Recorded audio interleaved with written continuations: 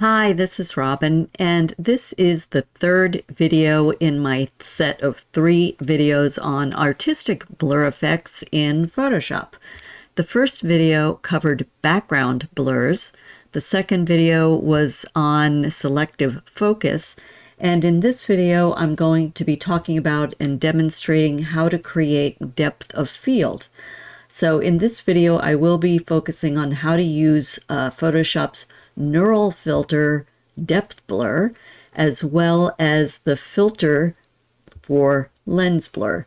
So with depth of field, what we're trying to achieve is a sharp subject focus, as well as different levels of foreground, midground, and background blur. So I will be working with this image of this snake here. It is a stock image, and it was from Pixabay. So if anybody's interested in some of the stock sources, that's a good source that I like to look to for images. Now, as I said, with depth of field, we are looking at what's happening in terms of sharpness or blur in the foreground, the midground, and the background. And there's 2 ways that you can work with this, at least 2 ways that you can work with these techniques that I'm going to show you in this video. One is start with an image of your own that is like this. So it's an entire image with a subject surrounding elements to it. And then you can create the depth no matter where you want. So here, my main subject is right here, and I want the focus to be and the sharpness to be in basically the focal plane that's even with the snake. And then I want to blur out the background and blur a bit of the foreground. You don't always want to have the subject that looks like the most obvious subject, because sometimes it isn't always the most obvious subject, the one that's sharp. So let's say you had a scene where there's 2 figures and one is here and one is in the background. Well, it's conceivable that you might want this foreground person blurred and something interesting that's going on with the background person so to be the one that's sharp. So that's why being able to control the depth of field and say, okay, keep this area of the image sharp and this area blurred is a good thing to be able to do. It also, sometimes if everything is in sharp focus front to back, it just looks very flat. So if you want to create a sense of more depth and interest, using the techniques I'm going to show you will help with that.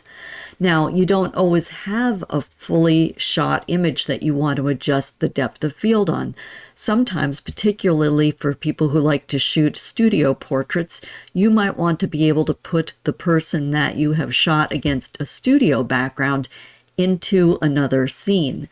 So you can use the techniques that I'm going to show you here for adjusting depth of field to set a focus point for where you want to put your figure into a blank background plate. So just something to keep in mind depending on different possible uses you might have for depth of field special effect for blur. Okay, so now let's get started and see how to work with these techniques. So first of all, as always, we open the image into Photoshop. It opens as a background layer. And just so you're familiar, if you don't know my channel, my layers panel is here up at the top. My properties panel is down at the bottom, and I have my toolbar docked right. So just so you can follow where I'm going relative to how you might have your Photoshop set up. I always recommend duplicating the background layer and not working on your original image. So you can either do a Control or Command J to jump that up to another layer, or you can left click on that layer, drag it to the bottom of the layers panel to the Add New Layer icon right there. And now we have a background copy that we can work with. So the first thing we want to do is be able to work with the neural filters, and specifically the depth blur filter. So with this duplicated layer active, you can tell it's active because of the blue, we're going to go to the top of the Photoshop interface to Filter menu and come down to where it says Neural Filters. So right there, make sure Neural Filters is highlighted, left click, and that will take us into the Neural Filters interface. And I'm going to move this over just a little bit so we can see what's happening with this. And then this is the list of all the different neural filters. So come down to where it says depth blur. That's the one that we want to work with. And what we need to do is right click. So just turn that little switch that's on that option on. And now we are in the depth blur panel. So you can start working with the different settings in here. Now, what we want to do is I'll give you a little bit of a tour of what's here. So right now we have these two sliders right at the top. We have a vision here, a navigator box of what our image looks like originally. And you can see it's already added some blur here in the workspace. And there is a slider called focal distance. Now what this focal distance slider will do is it lets you decide if you want the focus to be closer or further from the camera. So you can just start sliding this and see if it starts getting you. There we go. So I slide and then release and then let it snap in to show me where it's focusing. So you can see now it has, the distance is such that it is putting the snake into sharper focus and everything else is thrown out of focus. And the foreground has sort of some mixed focus here. So this piece certainly is blurred. So that's, and you can just see, you can experiment and pull it, you know, to different, see, and now you can see it's changed where the focus is in terms of this. Now, I typically am not a big fan of working with the focal distance. So then once you get your focal distance set, then you can start working with your focal range slider. And the further right you go, the greater the depth of field is. So in some ways, the focal range is like working with an f-stop. So the lower it is, it's like the shallower the depth of field, and the higher it is, the greater the depth of field. Okay, you can see, did you watch the image and see what happens? So there to the right is like an f16 or f18 or something like that. And down here, it's more like an F2 or F3 or something like that. So you can just pull this to taste and release it and see, you know, if you're achieving what you want to achieve. Then your other option, so there's a little box right here that says focus subject. I don't use this because to me, this is the moral equivalent of setting a camera to full auto. Then you're totally relinquishing your creative control to Photoshop. It's going to be deciding what the subject is, and you cannot control what it is that you want to have in focus. It's going to make that decision. And if you have an image like what I mentioned before, where let's say you have a person here or some kind of subject or object, and you have something else back here, and what you really want is the background object to be focused, well, Photoshop will most likely probably default to the thing closer to the camera. So I personally do not use this. Another option you have is choosing the focal point here. So it says click to edit focal point. So if you want the focus to be, in my case, somewhere here on the snake, then you can click over on this image onto the snake and watch the big image and see if it changes there. So when you use adding a focal point over here in this vision box or navigator box, whatever you want to call it, what it does is it grays out the focal distance slider because you are making that decision yourself rather than trying to guess where it will be with this focal distance slider.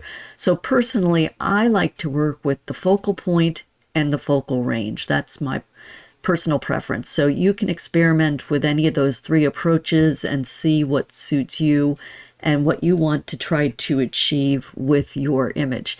Now, so I've got this focal point here. It's roughly in here on the snake because I'm very conscious when I'm having any images with animals of any kind that I like the eye to be in focus. So I'm basically going to stay in an area where that eye will stay in focus. As I said, I'd like to have some of this wood, the branch that's in the same focal plane as the snake in focus, as well as some of the leaves that are in that same focal plane in focus. I don't mind if some of this falls off with focus. I definitely would actually probably prefer that some of this falls off in focus. And I would actually like to get the leaves in the background even softer so that the attention really stays right in this area here. Okay, so now that I've put that focal point, let me readjust the focal range and see if I can get that aperture-like setting where I want it to be in terms of the depth of field. And I'm watching the image here to see, and watching the background to see what happens, because I don't want to lose my focus on the snake. And so, you know, just think to yourself too, what do you want the focus on for your object that you're working with? I think I'm going to leave mine right there. Okay, so my focal range I've set at a 34. So, and you know, it doesn't really map to an exact aperture. It's just sort of the relative range. Okay, the next thing that we can set is the blur strength. So again, further to the right is more in focus, further to the, so this is more in focus all around. This is more blur. Okay, so I want to go a little higher because, as I said, I want to blur the background.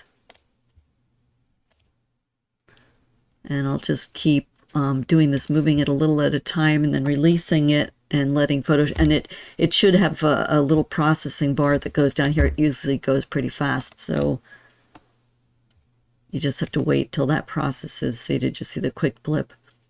So I feel pretty good that this is getting a blur that I like here. It's keeping the focus mostly in here, and it's blurring out some of the foreground. So this is giving me some depth of field and some feeling of depth and dimension. So I like that. Now, the next thing that we have as an option to use here in this depth blur filter is this haze slider. I'd say it's an optional thing, and use it or not depending on your image and if you like the look it's giving you. Because this snake is in the outdoors and in a forest and whatever, I think some haze and some atmospherics might add some interest to this scene. So I'm going to add just a little bit of haze to this. I don't want to go too much. Let's see here. Yeah, so that's good. So it's added a little bit of haze to this, which I think just adds to the scene. So I'm going to leave that where that is too. And then I'll use the scroll bar to see what other settings there are here. Now, the next settings here, I am not going to do anything with. So temperature, if you want, you can definitely adjust these things and make it warmer or cooler. You can adjust the tint. So if it's too green, you know, you could add some more magenta. But temperature, tint, saturation, and brightness, I personally do not use here in the depth blur filter. I think that I can have more control with all of those settings using adjustment layers back in the regular Photoshop workspace, so I don't like to use them here in this filter. The same thing goes for grain. I'd prefer not to add it here, but because there are noise sliders and noise filters that I could add that with back in Photoshop. So I am just going to leave this like this, you know, for me. Now, as we've constructed this, we already have a depth blur. I mean, that's the point of this filter. So, as I said, we have a sense of a foreground that's sort of blurred. We have a selective focus area, and then we've blurred out the background. So there's the 3 tiers of foreground, midground, and background. If you like, you could stop right here and have a depth of field blur effect from using this depth blur filter. What I would suggest is you put it onto a new layer. So you have some options here, but I usually just like to put it onto a new layer, and then you could click OK and return to Photoshop. But that's not what I'm going to show you, because I want to show you a 2-step process for how to do this. So again, you could stop here, say OK, and be finished, or you can do what I'm going to do now and then proceed to the second approach that gives you probably a more genuine photographic out of a camera kind of a look. So what I am going to work with is this output depth map only option right here. So what we want to do is click that little box on, and look what it does. So what it does is it converts your image to a grayscale map of what Photoshop thinks is the main object. In this case, it was that snake, which is sharp, and that is this main subject. The foreground will be black in a depth map, so that's why we get some more black here. The midground are shades of gray in a depth map, and then the black background is white. So black for foreground, grays for midground, and so there are different levels. So this is a little bit behind this subject, so it's a lighter gray, and then it softens off, so you get this gradual fading off to pure white, which is the background. Gray will not fade much. White, like other masks in Photoshop, will show most of the blur that you're adding, and then black will only show a little. Okay, so with that checked, now I want to be sure that I am putting it on a new layer, and I'm going to click OK to accept this depth map only. Okay, so now we're back into the Photoshop interface, and we have our depth map. So this is the neural filter depth map. So that's what we've just generated onto that layer. Now, what I want to do is, you could work with this layer just as it is if you want, and if you feel good with what you've generated. I sometimes like to revise and modify my depth map a little bit, just so that the things that I want to be in focus are going to be better in focus, or the things that I maybe want more blur than what the depth map gave me can be in blur. So what I would do, if you want to doctor yours a little bit, you can do that too. So clicking on that layer, drag it to the bottom of the layers panel, to that add new layer icon, that square with the plus in it, like this. And then what I want to call this for me is revised depth map. Okay. Now I'm going to turn this off for now, just so we protect this, and we can use it again if this doesn't work out. So that's why I like to do this. So now what we want to do is, with this revised depth map, as I've labeled it here, I want to get the branches that the snake was in to be basically the same color gray as the snake was, so that they get treated the same in terms of blur. So the way I'm going to do that is, in the toolbar, I'm going to come down to the object selection tool, which is right there. It's the square with the little arrow, and left click on that, and that's active with the black behind it. And I'm going to come over, and I'm just going to trace just outside this lighter gray branch, and let the object selection tool select that branch. And we're not going to do anything with the selection other than use it so we don't color outside the lines. So next I'm going to come over to the toolbar again, come down to the brush tool, right there, it looks like a paintbrush, click on that. And when I come over, I'm going to use an Alt, so you can use Alt or Option, keep it pressed, and it turns your brush tool into a little eyedropper. So I'm just going to left click once to sample that, and you'll see it's put that color over here as my foreground color. And now that black circle inside the pink highlighter is my brush tool. I can just paint, and look, you can't, that's why I do the selection, so that you don't have to be too careful. You can just paint where you want to paint, and I could even, with the right bracket, make that a little bit bigger, so that I'm painting that branch for purposes of depth to be treated in the same way as the snake. Okay, so I've got that gray the same. I'm going to do a Control or Command D to get rid of that selection. And I want to do the same thing with the branch that was over here. So again, Object Selection Tool right here on the toolbar on the right. I'm going to come around, and I'm not going to worry about being too perfect about it.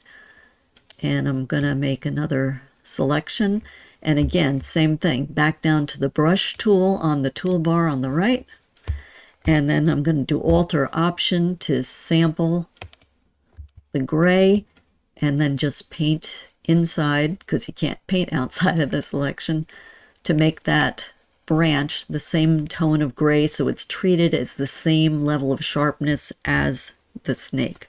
And then a Control or Command D to get rid of that. Now, let me just turn this off for a moment. I think these things are a little bit sharper than I want and maybe detracting from the snake. So I am going to try to make this a little less focused and sharp too. So again, what I'm going to do is sample some of the lighter gray over here rather than have it be more in the darker gray that will be treated as sharper.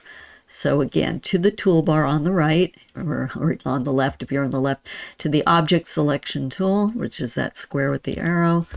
And I'm going to circle around this area here.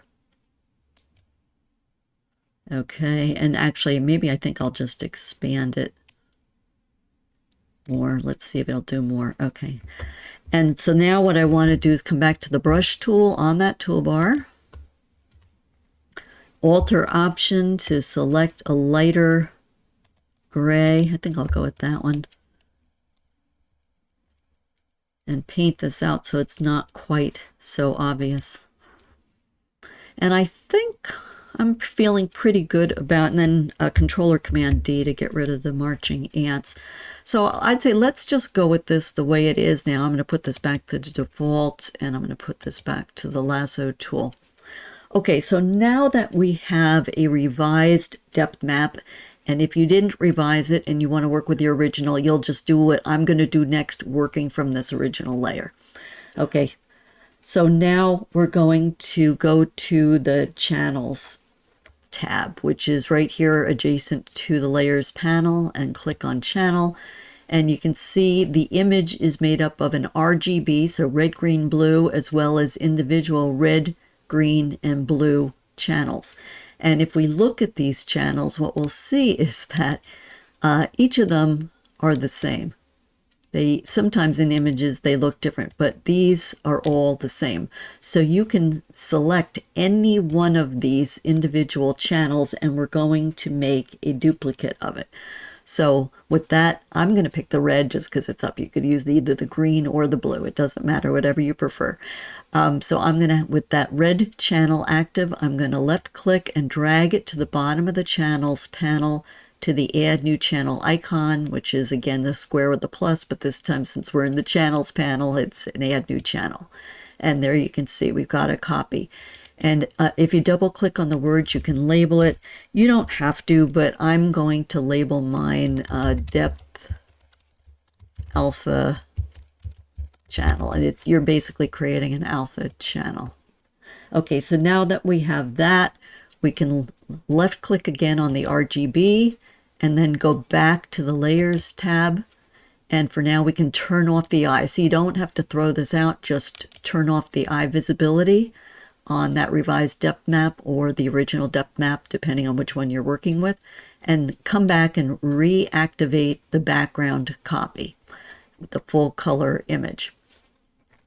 With that activated, now we want to go up to the filter menu at the top of the interface. So filter menu is right up here if you watch where my highlighter is. Left click to expand that. Oops. Come down to the blur menu. Go to the flyout menu and come down to where it says lens blur. Left click. So filter menu, blur, lens blur. Left click on that. And we're taken into yet another interface in Photoshop. So this is the lens blur interface. And again, there's various sorts of settings over here on the right. So the first thing you want to do is, I think it's set on by default, but if not, I always want to be sure I have the preview set so that I can see what's happening here. And then you have a choice on whether you want this to process faster or more accurately. I keep mine set to more accurate. The next thing is you have to choose what depth map to use as the map to where the foreground, the midground, and the background is. So that gray scale image that we just created, that's the depth map that you want to use for reference. And the source will be that channel, that alpha channel that I just created, and that hopefully you've created too. So you can see there's other choices, but it's just smart enough to know to go to that alpha channel that represents the depth map. So that's what's going to be the source for how to apply the lens blur in this interface. Okay, so now the next thing what we want to do is set the focal point. So again, we have that right here, and I am going to click somewhere in that same area that I clicked with the, because I want to be sure this eye stays in focus, with the neural filter. So I've clicked in there, and you can see now it's making it a little bit more blurred for the snake's body, but honestly that doesn't bother me because I think that's how it would be with a real camera lens. Now we can set the blur focal distance too, and that will tell Photoshop to blur either the selected area that we have designated, or you can click to invert and reverse it. Definitely I want to stick with where mine is. So I'm gonna, actually this is pretty good because I'm getting what I wanted here, which is the branches of the tree in pretty good focus. It didn't start out in super sharp focus to begin with. The snake on the same plane is on focus, and we've got some depth leading into it with these branches and rocks and a nice soft blur in the background. So there's some really distinguished foreground, midground, and background with this. I'll see what happens if I pull this blur a little more to the right. Yeah, I'm getting a little more blur than I want. So I'm gonna, because I'm working with a mouse, I'm just gonna click in there and use a down arrow so I can more discreetly move down and watch the image. And I'm feeling pretty good about that. I mean, I think to me, it's giving me what I want. It's a sense of depth. It's a sense of blur in different parts of the image to designate where they are. So anyway, so you would use your blur focal distance to tell Photoshop how much or how little of the image you want in focus. And or if you do want to invert it and reverse it from what you're doing. The next area of settings is called iris. And what that is it's setting the shape of the iris first. So basically that's like the, I guess in a camera aperture, you'd have different shapes or blades. So these are the different shapes that those blades could mimic. And in a lower end camera, it tends to be a hex 6, so a hexagon 6. In better cameras that have higher quality lenses, it can go up to a hexagon 14. So the higher the hexagon, the better the quality the lens.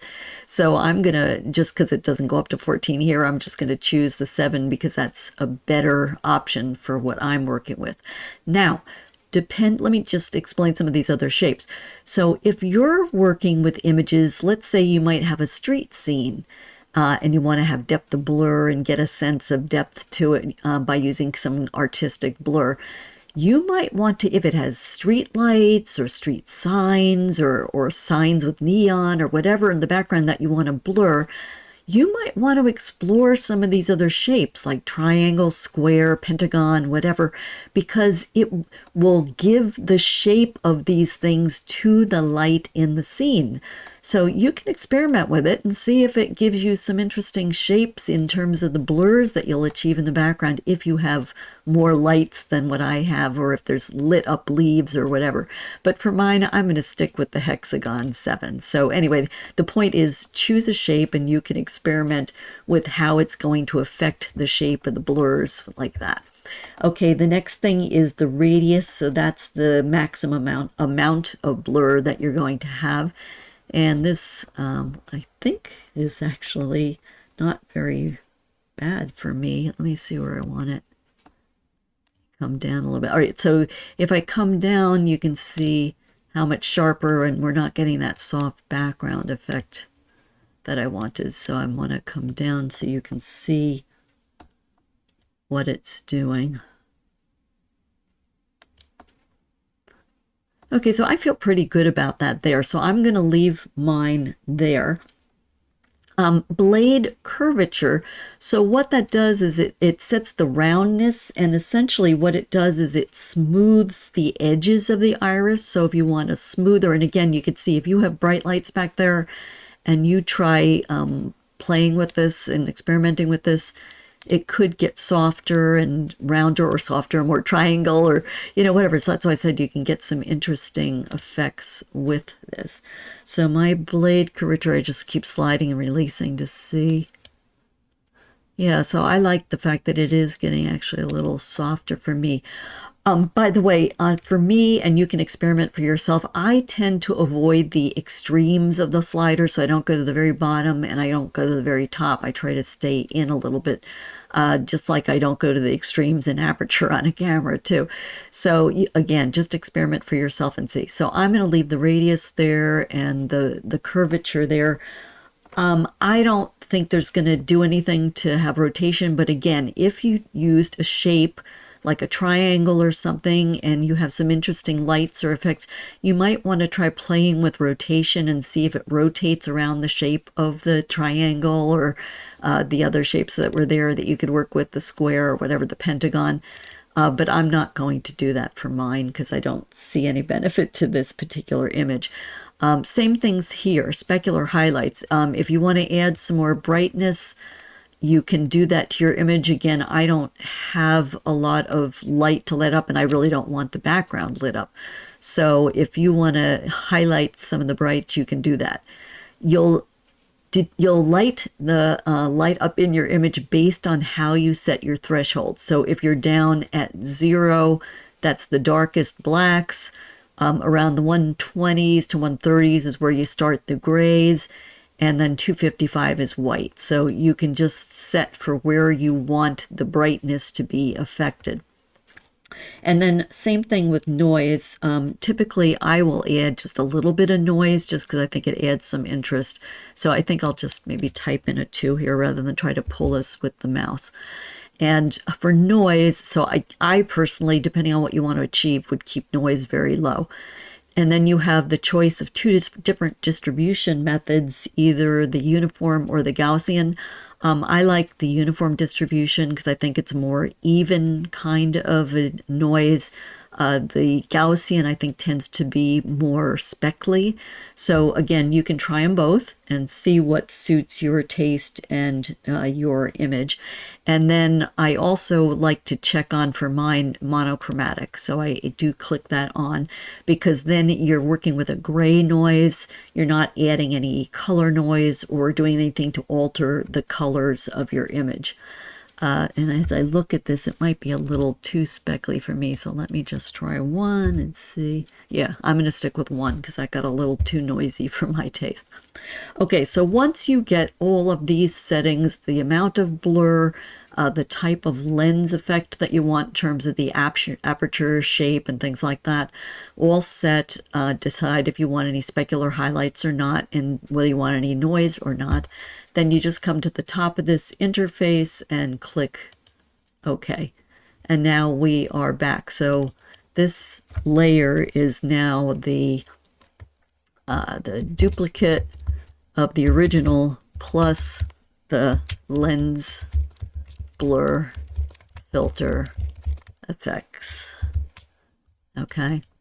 So now you've created an image here that is the result of working both with the neural filter depth blur filter and creating a depth map from that, as well as then using that as the map to go into the lens blur filter and get a result that looks probably a little bit more realistic to what an actual camera would achieve versus what just the depth blur filter alone would accomplish. Now, you can always then do so this is finished as far as how to work with the artistic blur effect that I wanted to show you for depth of field. But I always like to kind of go beyond this. and show you some other ways that you can finish, or think about ways that you could finish your image some more. So let me do that now as optional steps for mine, and things for you to think about ways you might want to finish your image depending on what it is. So the first thing is I'm going to duplicate this layer, because I just don't like to work on the originals. And I think we have a lot of excess going on here that maybe doesn't add to this. So I'm going to come to the toolbar and go to the crop tool, click on that.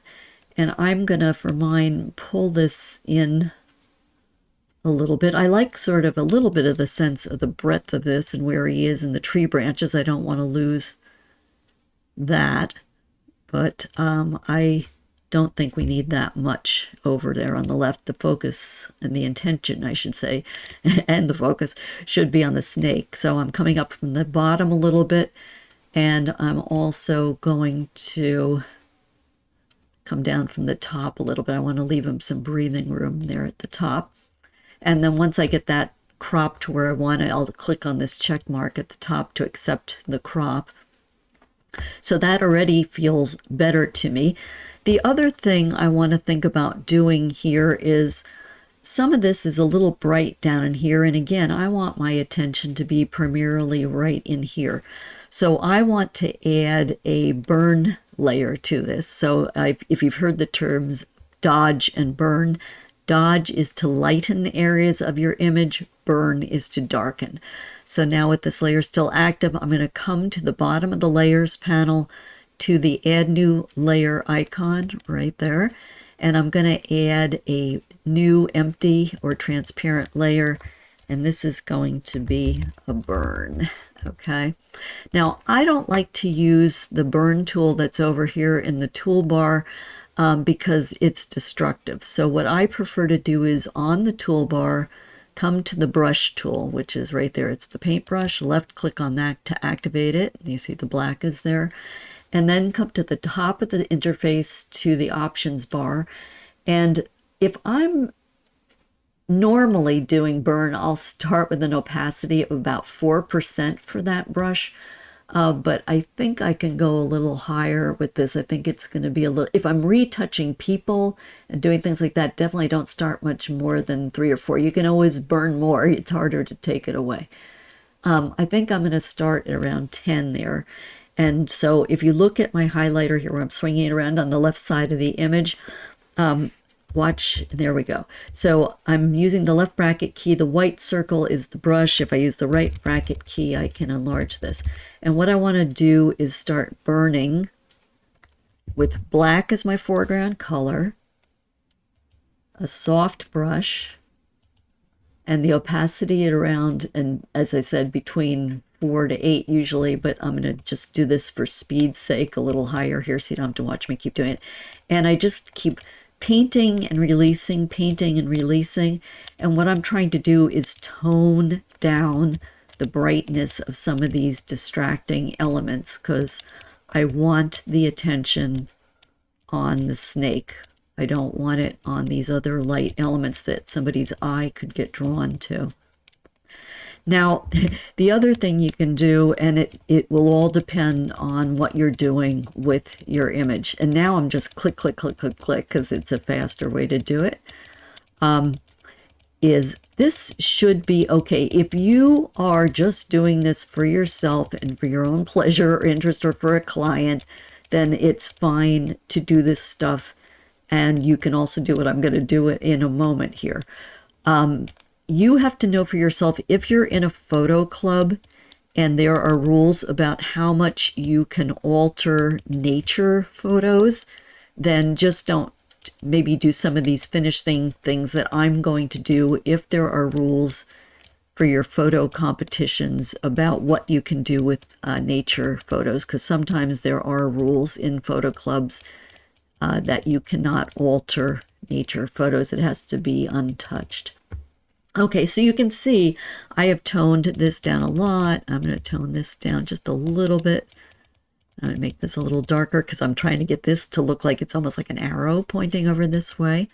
And the other thing, again, that this would be a no-no if you're going to do photo club competitions for nature, but I will do it for me because this is just for me, is I'm going to use this patch tool right here. So on the toolbar on the right-hand side, see where that little thing is that looks like a patch? Left click on that. And this little piece of the branch has ended up looking really distracting and not appealing to me. So I want to remove that for my purposes, and I'll just circle around it and drag it over. Oops, sorry, I wasn't on my layer here. Can't do that on the empty layer. You have to be on the, I suppose I could do it if I'm on the sample all layers. Be on your color image layer and just pull that over. There we go. Okay, so now I feel pretty good about what I've accomplished with this in terms of burning down some of the too bright stuff in my image. I've gotten rid of a distraction right in the foreground. The one last thing I want to do to finish this, and I think will again put more attention in here where I want it to be, is to create a vignette. And so I am going to use, if we come up here to the rectangular marquee tool, there's that little down arrow. I'm going to right click and I'm going to work with the elliptical marquee tool, which is the oval. And what I want to do here, and again, let me just maybe add a new layer, and I'll do a Shift, Control, Command, Alt, Option, and E all at the same time to make a stamp layer. And I'm going to use this oval marquee tool here to pull out an oval around this area. So let me, I'm getting so I can't chew and talk at the same time here. And let me just look to see where I want this. Yeah, that's good. Okay, so now we have a oval selection with the marching ants around the center of this image. And what I want to do is on this active layer, come to the bottom of the layers panel, and I want to click on this mask icon right there. And you can see on that layer, we now have a mask. And this is what the mask, so it just mirrors or picks up where I dragged out that oval. But you could see it's a very harsh line. So what I want is to darken this area out surrounding the snake so the light on the snake makes him stand out even more. Well, we've got the reverse of that right now with this mask, because in Photoshop on masks, white shows and black hides. So if I want to darken the outside, I want to reverse this. So with that mask active, and you can tell it's active because of the white frame, come to the Properties panel, yours might be at the top, and click on Invert. And there we've inverted that mask. So now click on the thumbnail for the snake on that same layer. And I want to create an exposure adjustment layer. So come down to the bottom of the layers panel, click on that little adjustment layer icon, that's the circle with the line through it, and come down to exposure. And I'm just going to move this mask right up here. Yes, I just left clicked and dragged. With that exposure layer icon active in the Properties panel, work with the exposure slider, and since I wanted to darken it, whoops, didn't soften this, sorry. To feather this. There we go. So now you can see by hitting feather, we've softened the edges because it's not so harsh. And so I've just pulled the feather slider in Properties for exposure. And lowered the exposure a bit surrounding. Let me see how much I want it. Yeah, so I think that's pretty good just like that. So for my taste anyway, that's how I like it. So that's one thing you can do. So you can do some burning of some of the objects in the scene if it still is distracting. You've got your depth blur of foreground, a focus area in the center, and you've created a depth blur and depth of field by adding that soft to the background. I used a crop to get rid of extraneous things that don't really add to the image, which actually would be okay to do if you're in a photo competition, by the way. Also then I just remove some distractions, which would not be so good to do, as I said, if you're in a photo competition for nature. And I think we've accomplished a depth of field here, which is what we wanted to do. So let's see. There's the original, and here is the result after working with the depth blur in the neural filter and the lens blur in the Photoshop filters menu. So that was it for this, and hope you have fun playing with depth of field and different types of artistic blur.